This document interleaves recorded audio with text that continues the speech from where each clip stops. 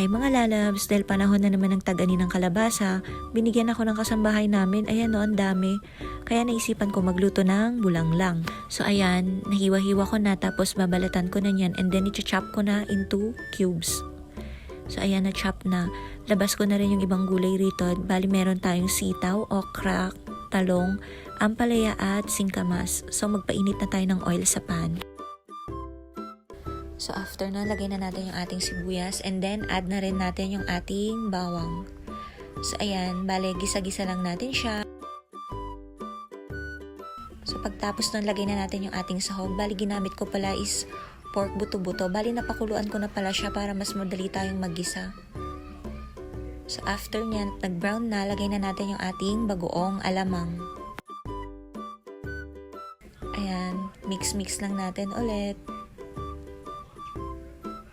So pag naging ganyan na pala yung itsura, lagay na natin yung ating chopped kalabasa and then yung ibang gulay.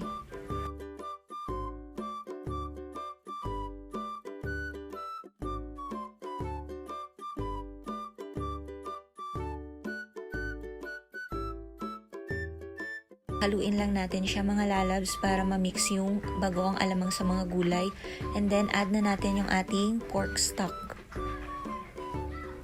1 cup pork stock pala yung ginamit ko. Bali malinis na siya mga lalabs kasi tinanggalan ko na ng latak kaninang magpakulo ako ng karne.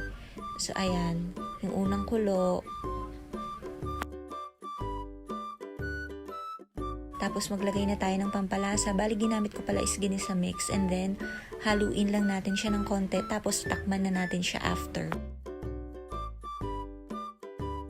Ayan, kapag nakita nyo na medyo malambot na yung kalabasa at medyo malapot na yung sabaw, mga ilang minutes pa, mga siguro mga 2 minutes, okay na siya. At yan nga, malapit na siyang maluto. So another 1 minute pa and then hanguin na natin. At yan na nga, ready na for ulam. Happy eating mga lalabs!